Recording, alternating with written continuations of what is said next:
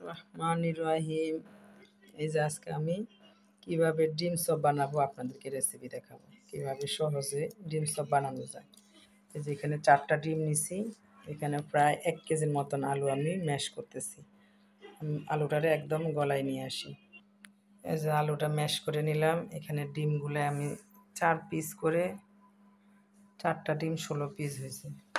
এখানে আমি নিলাম লবণ, নিলাম যে মরিচের গুঁড়া, নিলাম ব্ল্যাক পেপার। এই ব্ল্যাক পেপারটা দিলে ভর্তাটা অনেক টেস্টি হয়। এখানে অনেকগুলা পেঁয়াজরে আমি সরিষার তেল দিয়ে ভেজে নিছি, নাইলে ভর্তাটা নষ্ট হয়ে যায় ফ্রিজে সংরক্ষণ করলে। সাথে ধনিয়া পাতা দিছি, দিয়েছি দেখেন, দিয়ে দিচ্ছি এই যে এখানে। তারপর এটারে ভালো করে একদম মেখে নিব। এই যে আলু ভর্তাটারে ভালো মতো করে নিছি। এটা দিয়ে ভাত খেতে এত মজা, পান্তা ভাত হোক, গরম ভাত হোক, অনেক ইয়ামি। এটা ডিম চপ অনেক টেস্টি হয়, যাতে আমি পেঁয়াজটা বেরেস্তা করে দিছি। তারপরে এভাবে একটা নিয়ে এভাবে একটা নিয়ে ভিতরে কুট করে দিতে হবে ভালোভাবে।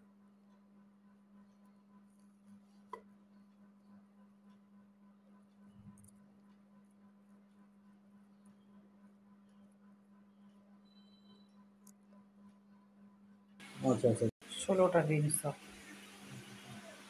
এখন এখানে আমি এটারে ব্রেড কাম দিয়ে কুট করব।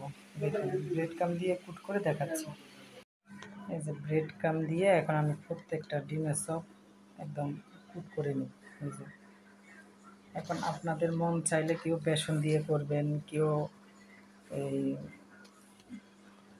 ডিম দিয়েও করা যায়, কিন্তু বেসন দিয়ে করলে না ভালো লাগে না, বেসন দিয়ে একদম ফালতু লাগে। এই জন্য আমি সবসময় এভাবে করি। আপনি এভাবে করে ফ্রিজে অন্তত 1 সপ্তাহ, যার ফ্রিজ ভালো, অনেকের ফ্রিজ আছে রাখলে বন্ধ হয়ে যায়, বাট ফ্রিজে রাখলে একদিন করে একদম 1 সপ্তাহ খাওয়া যায়। আমি এই যে এখানে 16টা করছি, মানে আজকে 8টা, কালকের জন্য 8টা করবো, কালকে আবার আর কষ্ট নেই। এখন আমি পরে ভেজে দেখাচ্ছি আপনাদেরকে কীভাবে বাঁচবেন। ফ্রাই প্যানে তেল দিয়ে দিচ্ছি, এটা ডুবা তেলে দেওয়া যাবে না, এটা একদম হালকা তেলে দিতে হবে, হালকা আস্তে বাঁচতে হবে। অনেকে চাইলে এটাতে আবার এই ব্রেড কামের উপর দিয়ে ডিম দিয়েও করা যায়, কিন্তু যেভাবে খায়, যারা যেভাবে রয়েছে।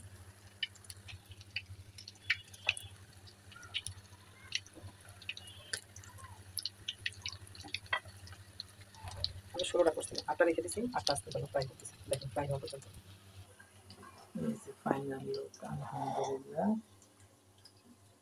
এভাবে করে দেখবেন, অনেক মজা।